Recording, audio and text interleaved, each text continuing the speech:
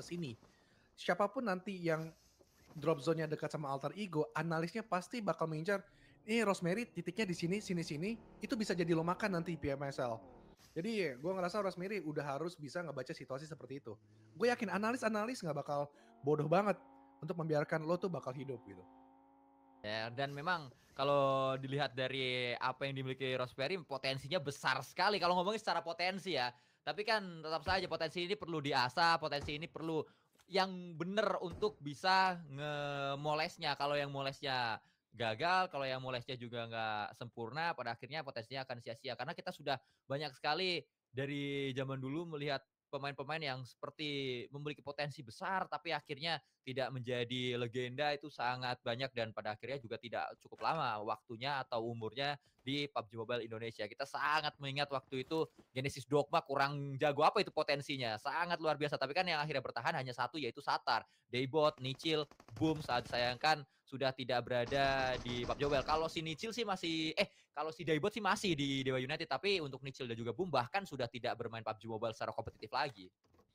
Oke, Gus, mumpung lagi bahas legend, Matoy kemana ya?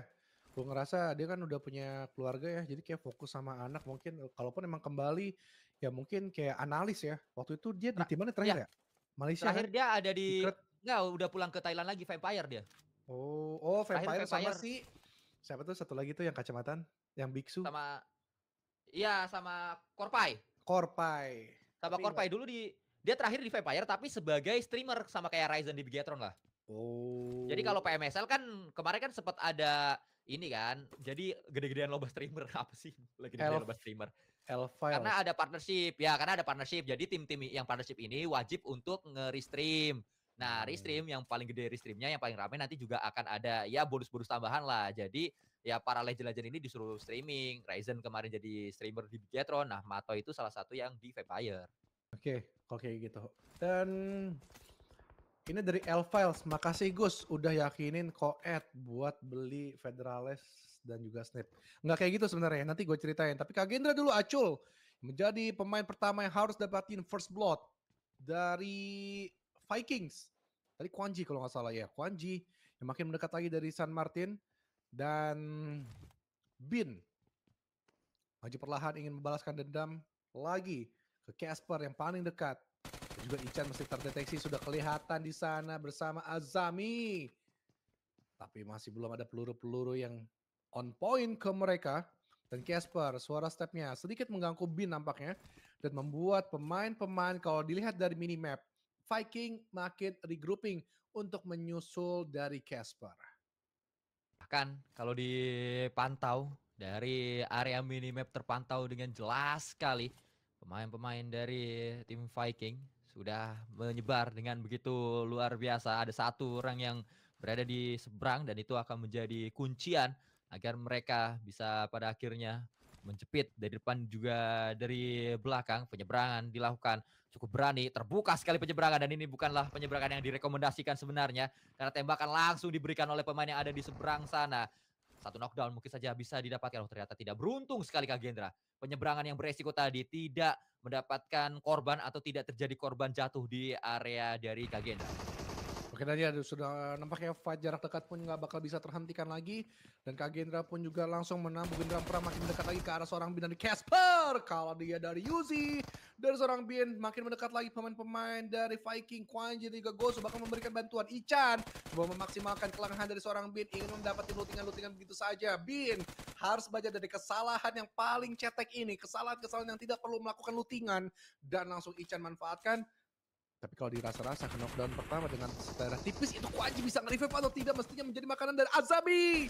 Berhasil kembali memakan kelengahan-kelengahan dari Viking. Kelihatan ya, kelihatan kelas-kelasan kalau emang tim papan bawah dari Viking.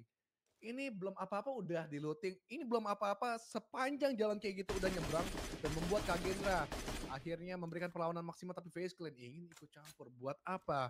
Ingin menjadi makanan Azami dan Ichan kah?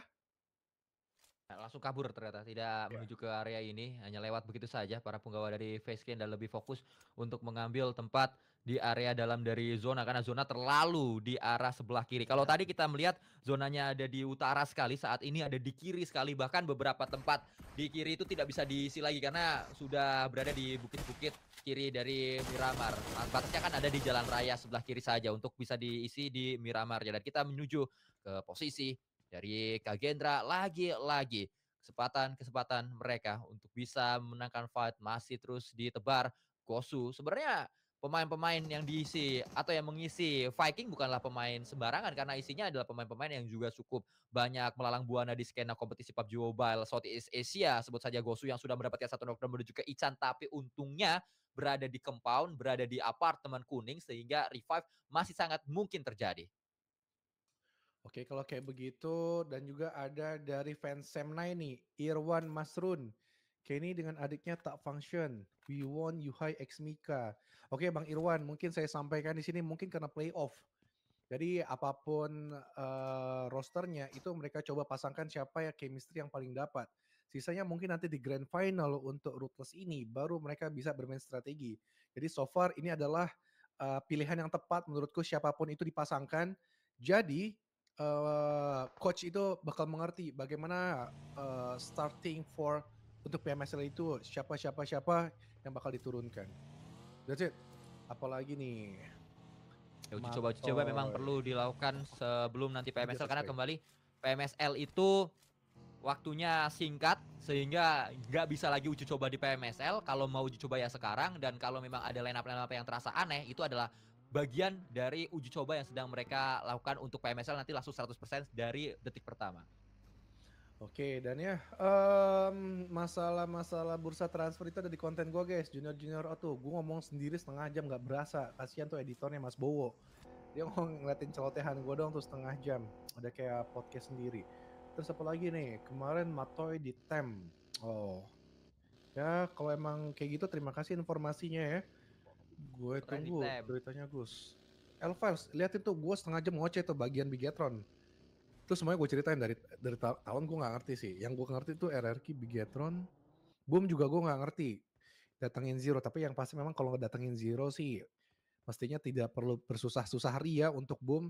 Mereka tahu lah puzzle lama yang telah hilang harus dipasang kembali dari chemistry lama di Kagendra. Jadi memang pilihan Zero adalah yang cukup tepat juga untuk pengganti Reizi.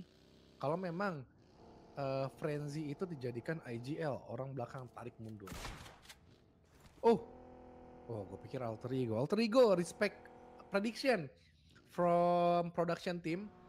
Dan tumben nih, belum mati nih. Tumben early nih. Nah, kayak gitulah. Mesti ada kalkulasi yang bisa diperhitungkan lah.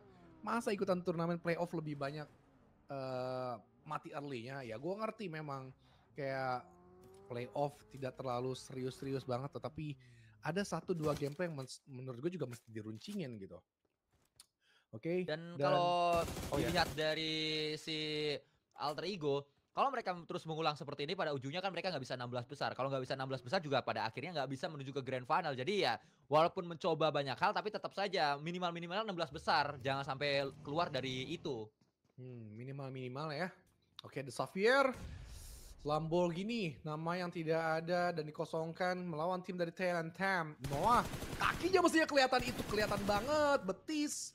Yang bakal ditembakkan peluru-peluru langsung masuk penuh ke dia. The Xavier, yang dimana Wonti, Levi's, Netty langsung coba menggerebek pintu demi pintu.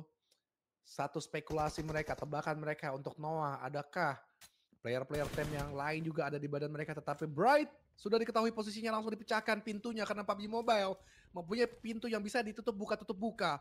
Levi's bakal membuka pintu, ini menandakan PUBG Mobile is real. Sounds good. Dari area drone view sudah cukup terpojok sebenarnya, tersudut sebenarnya. Pemain dari tim Golf 3 bersama dengan Bright ada di sudut sana. Datang Levi's dengan sebuah atraksi bagi mundur untuk bisa mendatangi pemain dari DX yang berada di posisi tersebut. Dan terlihat saat ini upaya utility harusnya mulai diinisiasi, mulai dilakukan tapi belum. juga ada utility yang dilemparkan menuju ke posisi dari Tem, menyisakan hanya 2 pemain saja sebenarnya, tapi entah mengapa Xavier seperti enggan untuk menyambangi area dari Tem, dan di tempat yang lain ternyata Zero harus tumbang. Kagendra sudah lebih dulu pulang menuju ke lobby. Alter Ego membuka genderang perang menuju ke Boom Esport.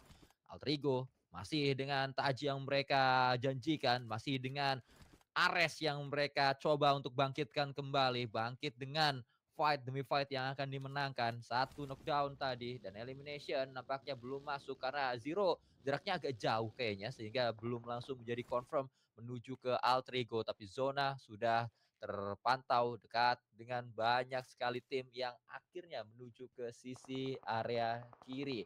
Ini zona yang dekat atau yang di bawah dari El Pozo, dekat dengan Lacroberia, dan saat ini para punggawa dari beberapa tim sudah sangat berdekatan, bahkan di satu compound yang sama. Sebut saja Axel dari Talon bersama dengan Xavier. Axel, seperti biasa posisinya memang agak berbeda dari yang lain setitik dan lagi karena ada bakaran molotov. Sayang banget tadi healingan dia gagal dan mestinya bakaran-bakaran tersebut sedikit mengikis HP bareng, nggak sedikit bahkan setengah, membuat Levi's mestinya bisa mengeliminasi jadi poin untuk The Xavier. Tapi CD Lions, mereka tahu tetangga mereka banyak sekali di sana dan langsung diintai oleh Wonti. Juga Levi's menjaga untuk pemain-pemain dari Alter Ego. Rosemary knockdown menjadi Goat. Ini nama Goat sebenarnya cocok nggak Sanskuy? Coba pandangannya, Rosemary Goat cocok nggak? Kalau buat gua sih nggak cocok cuy. Rosemary MVP masih oke. Tapi Rosemary Goat belum saatnya. Ya, menurut gua sepakat sih, kalau memang akhirnya bisa approve di global, mungkin bisa lah akhirnya menyandang gelar GOAT tersebut, karena GOAT itu kan of all time kan belakangnya, Iya. greatness of all time, sehingga sepanjang masa. Kalau untuk waktu sepanjang masa mungkin belum, tapi untuk kelas mendapatkan MVP memang sudah terbukti 2 kali didapatkan oleh seorang Rosemary. Tapi tembakan terjadi kembali di sana. Frenzy coba ditembak oleh Rosemary dan ternyata Rosemary yang tumbang. Frenzy memenangkan fight tersebut dengan sebuah UMP dan selesai sudah. Beruntung ada satu pemain yang datang, Patikawan nampaknya menjadi bala bantuan di sana atau Alpha yang menyelesaikan permainan. Boom Esport pulang menuju lobby. Ya, Boom Esports harus tergerus terheran-heran setelah tadi mereka di Erangel Severny bertahan dengan frenzy seorang diri. Sekarang full penuh. Mereka kehantam oleh Alter Ego dan kembali Rosemary harus knockdown kembali dan masih stay alive. Dan RRQ sekarang sudah touchdown mereka di sekitaran ini El Pozo nih mestinya. Bentar gue buka mapnya guys, saya agak lupa nih bukanya nih. Ya, El Pozo, Crater Fields yang bakal menjadi tempat persinggahan banyak tim, dan ini adalah memang sarangnya dari The Xavier. The Xavier biasanya tuh ngejaganya tuh di sekitaran bawah karena di situ juga di sekitaran atas karena kalau bawah itu bukitnya agak susah untuk mereka jaga, pasti ada yang mengintai di sana.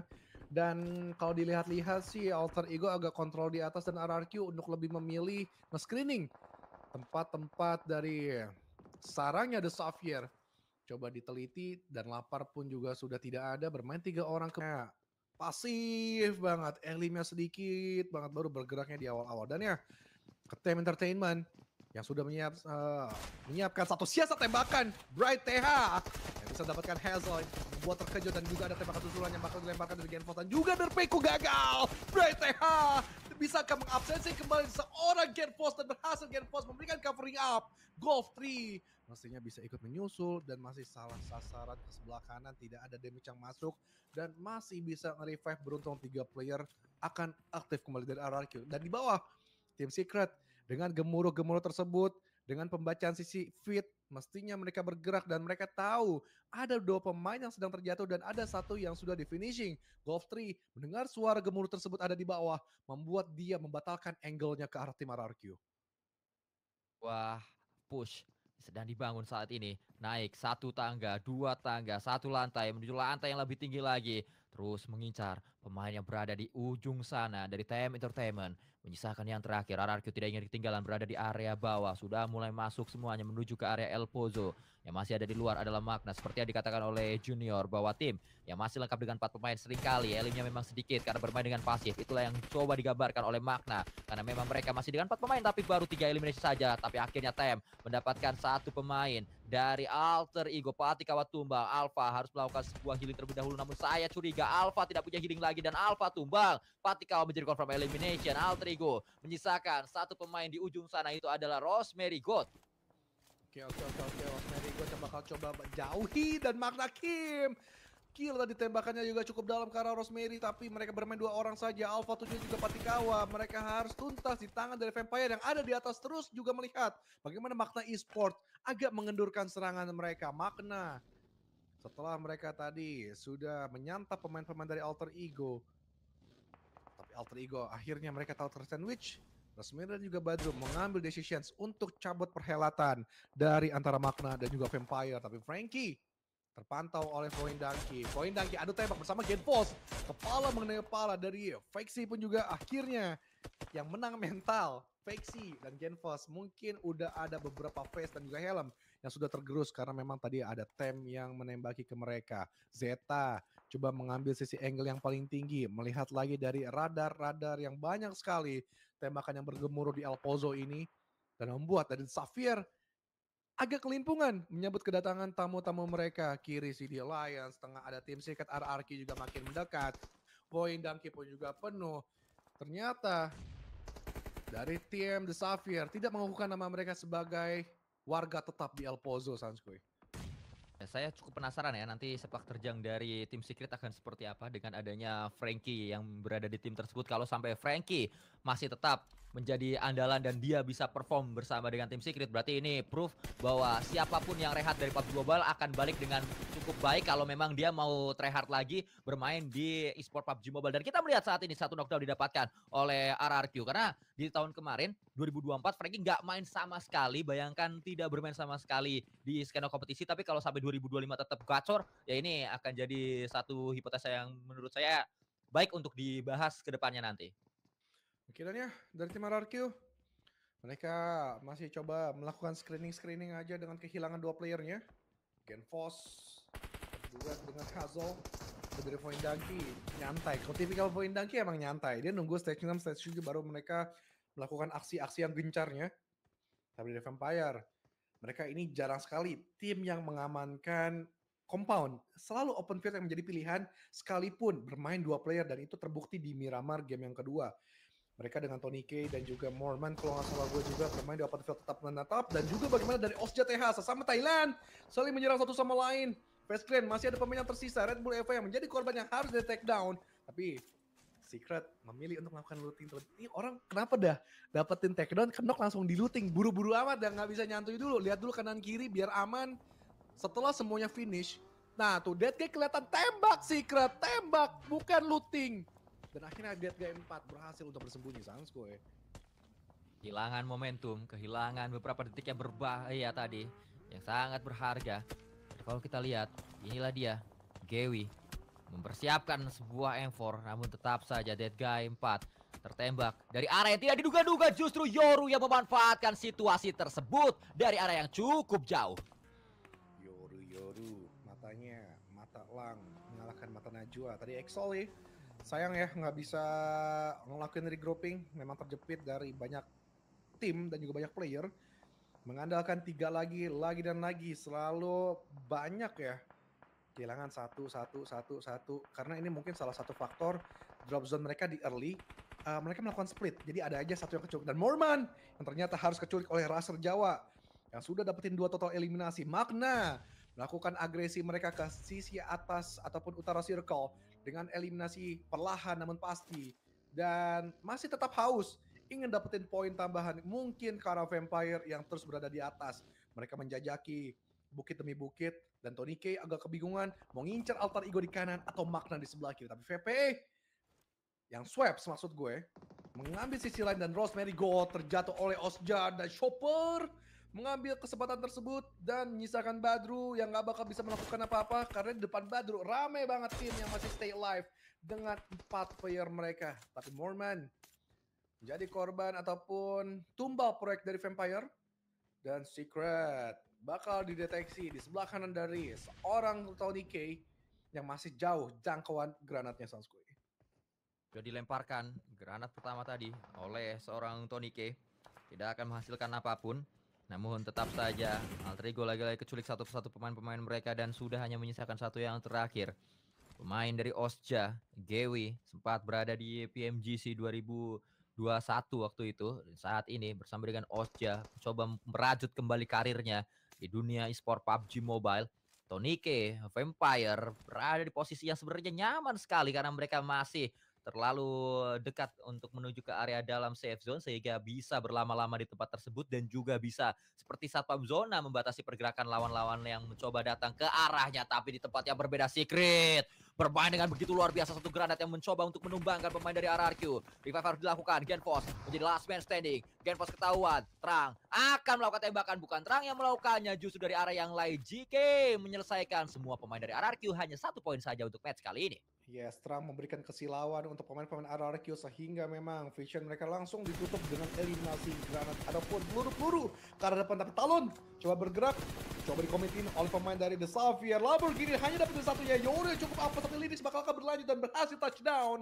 Dua pemain terakhir dari tim Talon, Yesri dan juga Linux. Mau nggak mau, itulah hal yang harus dilakukan. Hanya saja tanda tanya mungkin gue kenapa tidak memainkan satu cover di belakang. Mungkin karena juga faktor-faktor El Pozo komponen terlalu banyak sehingga kayak kebingungan. Lo mau cover dari mana, angle-angle-nya juga bakal ketutup dari sisi belakang dan itu bisa dimengerti untuk kita. Dan Talon secara perlahan mereka menjauhi kebisingan antara CD Alliance dan juga The Xavier. Namun manuver mereka benar-benar banyak sekali tim yang bakal menghadang mereka di depan. Namun bakal berfokus ke arah Magna. Dan di mana Tam menjadi korban pertama, tidak mengendurkan sama sekali serangan Magna, tetap agresif ke atas, tetapi vision mereka agak terbatas. Tapi Kim mestinya bisa melempar ke bawah bersama Raser Jawa, tetapi angle ke Vampire pun nggak bisa dihiraukan sama sekali. Dan Vampire makin mendekat, komit mereka untuk mengambil 2 nyawa, bukan ke Osja TH. Kim dapetin beberapa HP bar yang cukup lumayan, membuat Tony Kim memberanikan diri ke depan, dan OMG ataupun All Saints pun juga menggunting dari sebelah kiri. Oh my god, Raser Jawa kebingungan dengan suara step yang banyak sekali bergemuruh di kepala ataupun di atas dari tim Magna. Vampire terus melakukan serangannya, tetapi serangan tersebut diketahui membuat Osja pun juga naik. Nah, trigger Osja Gewi dapatkan oleh OMG, maju perlahan, Squab ingin hati maksudnya memberikan trapping granat, tapi gagal karena Osja memiliki keunggulan kualitas ataupun kuantitas dari 3 pemain yang stay alive dan mereka berhasil menggeser untuk tim Vampire di atas. 4 eliminasi di hashtag yang ke-8, cukup poin yang dibawa dari tim Vampire. Sudah ada 6 diam-diam yang dikumpulkan oleh Osja TH dan ini adalah elimination paling tinggi sementara waktu bersama dengan Magna Esports, tapi bedanya Magna hanya menyisakan satu yang terakhir bagi mereka, sementara itu Osja TH masih lengkap dengan 4 pemainnya sehingga peluang untuk Osja lebih tinggi lagi dari segi elimination masih sangat terbuka lebar. Dan kalau kita saksikan di arah yang lainnya, Xavier dengan 2 atau maksud saya 3 pemain yang masih hidup melakukan sebuah tembakan bahkan sangat luar biasa. Satu pemain, yang satu ini Lewis melakukannya menuju ke Keluk. Tidak ada kesempatan Keluk untuk diselamatkan dengan keadaan yang sedang dia alami. Kiranya baru saja melihat bagaimana melihat orang yang kasihan tidur di lantai, tetapi megang weapon dan juga piala sambil menguap, dan juga CD Lions di Tenggara. Mereka belum ada keberanian untuk masuk ke dalam karena memang flat ground yang cukup terbuka membuat itu enak menjadi makanan dari tim The Xavier ataupun Point Donkey. Yang menjadi PR adalah Point Donkey ataupun The Xavier. Mereka harus saling meruntuhkan satu sama lain di area selatan dan tim yang ada di atas sebentar. Tadi tim yang ada di atas itu tim dari Osja TH yang mestinya punya kontrol penuh untuk mereka perlahan masuk ke dalam circle walaupun memang cibuk yang bakal menjadi pekerjaan yang harus diselesaikan. Dan Trang Six ataupun tim Secret bersama rekan-rekan yang lainnya kalau keluar dari compound mestinya bisa masuk ke dalam circle dengan nyaman, dan stage 7 ini memaksa semua tim harus bergerak di 1 menit yang tersisa. Ini Voidari sama The Xavier saling kebingungan sih menurut gue sih. Ini keluar satu sama lain bakal menjadi makanan untuk tim Secret ataupun CD Alliance, dan posisi mereka pasti terjepit dan tinggal pilih nih mau finish ke hashtag 5 atau hashtag yang ke-6. Ini dari prediksi gue antara Voidari dan juga The Xavier, Sanskoy. Point Danki saat ini menjadi perwakilan Indonesia terakhir yang berada di game kali ini dari 6 tim yang masih bertahan. Sebuah tembakan dilakukan oleh Wonti, berhasilkah dia untuk mendapatkan Iftar? Proning dilakukan, sudah kelihatan sebenarnya, tapi juga harus menjaga badan karena tembakan bisa saja dilakukan sewaktu-waktu menuju ke area dari Wonti. Tembakan terjadi lagi, Gewi mengetahui andaikan saja utility bisa dilemparkan mungkin akan selesai untuk satu pemain dari Magna Esports Club, yaitu Cibuk yang sangat sibuk sekali untuk menghindari tembakan lawan-lawannya. Levis berada di posisi yang begitu tepat, berganti dengan S12K, melakukan spam tembakan, dibalas dengan begitu baik sekali. Zeta melakukannya, Zeta harus menang melawan Wonti. Zeta atau Wonti, ternyata Wonti yang memenangkannya. Zeta gagal, poin gagal, dan poin masih memiliki satu penyelamat, yaitu Vexi. Oke, dan Vexi seperti biasa tandeman yang memang diandalkan dari Point Danki berduet bersama Reza kali ini. Olio, bisakah dia bertahan di sana? Tapi Olio memberanikan diri untuk membuka tembakan tadi, mengurungkan niatnya, lebih memilih untuk granat-granat saja ke arah depan. Tapi Reza dan juga Vexi akhirnya berganti angle setelah mereka tadi ke sisi kiri, mereka berpindah ke kanan. Dia tahu ada suara step yang bergemuruh, cak cak cak cak cak cak cak cak di depan mata mereka. Tapi beruntung Blue Zone cukup stop di 30 detik yang tersisa, membuat mereka bisa mengambil decision sementara waktu. Dan Point Danki nampaknya memilih untuk menyambut kontender terdekat mereka, Trang Six dan kawan-kawan bersama GK Break bakal maju beriringan sekaligus layaknya tim Bigetron mendapatkan WWC di game sebelumnya. Mereka maju beriringan, Crazy, Federales dan juga Snape dari Break bakal dilemparkan terus-menerus. Vexi memberanikan diri untuk membuka tembakan, satu pemain sudah tercicil, GK yang akhirnya menjadi korban dari seorang Vexi, tapi belum bisa di take down, membuat Frankie akhirnya tidak terima teman-temannya digeprek dari Point Danki. Dan tercicil banyak ternyata granat-granat tersebut masuk ke badan dari Vexi dan juga Rezak, membuat Vexi akhirnya melakukan healing-healing dulu, dan banyak sekali granat yang gagal. Dan peluru-peluru dari 4 player yang masih aktif terus di smoke berhasil mendapatkan Rezak. Tapi Vexi nggak mau kalah menyerah, dapat 2 player sekaligus, harus mereload, minim 14 harus dipakai dan gagal. Minim 14 bukan weapon untuk jarak dekat, Sanskoy. Sayangnya memang gagal tadi untuk langsung menyelesaikan perlawanan menuju ke tim Secret, tapi Secret juga dalam ancaman karena tembakan dilakukan oleh Ozja seperti yang tadi sudah dijabarkan oleh Junior bahwa Ozja menguasai utara, dan area utara adalah yang paling nyaman karena utara ini ada bukit yang bisa dimanfaatkan oleh Ozja, lebih tinggi memangnya dibandingkan pemain-pemain dari tim Secret. Di arah bawah sana sudah mulai menjadi shooting range dalam tanda kutip pemain dari tim Secret, bersama dengan di sebelah kiri ada Cellcom Digi Alliance. Saya curiga justru nantinya Cellcom Digi Alliance yang bisa memanfaatkan situasi seperti ini, karena mereka tinggal menunggu saja fight pecah antara tim dari Thailand berhadapan dengan tim dari Vietnam. Tim Secret berhadapan dengan Ozja TH, satu sudah tumbang. High ground yang dimanfaatkan, lower ground yang memang tidak terlalu menguntungkan untuk tim Secret, menjadi bulan-bulanan warga saat ini. Tembakan dilakukan, Gewi dekat dengan posisinya, harus melemparkan granat terlebih dahulu untuk bisa membuat Frankie agak menjauh sedikit, dan Frankie lari dia menjauhi area pertempuran. Sudah dilemparkan, meledak. Sudah sangat baik sebenarnya apa yang dilakukan oleh Gewi, namun gagal karena eksekusinya tidak sempurna. Frankie dan memang di area low ground, tapi CD Alliance mereka tahu kelemahan dari tim Secret adalah fokus ke arah atas, sehingga mereka enak sekali. Ternyata hijau dua-duanya.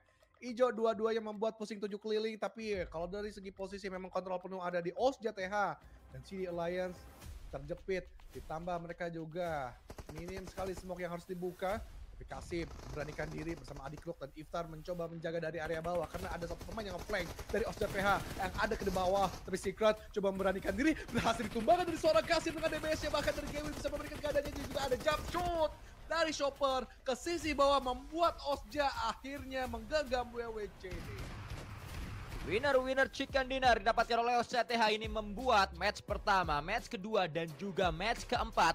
Winner chicken dinner didapatkan oleh tim Thailand, hanya Bigetron nyempil saja di match nomor 3 tadi untuk mendapatkan winner chicken dinner. Thailand cukup membara di Ruthless Invitational Showdown kali ini, karena kalau kita lihat di hari kemarin Vampire yang bermain dengan baik, tapi hari ini bergiliran tim-tim Thailand yang lain lah yang mendapatkan sebuah winner chicken dinner. Ozja TH bermain dengan begitu luar biasa, ini menunjukkan juga bahwa Gewi walaupun sempat vakum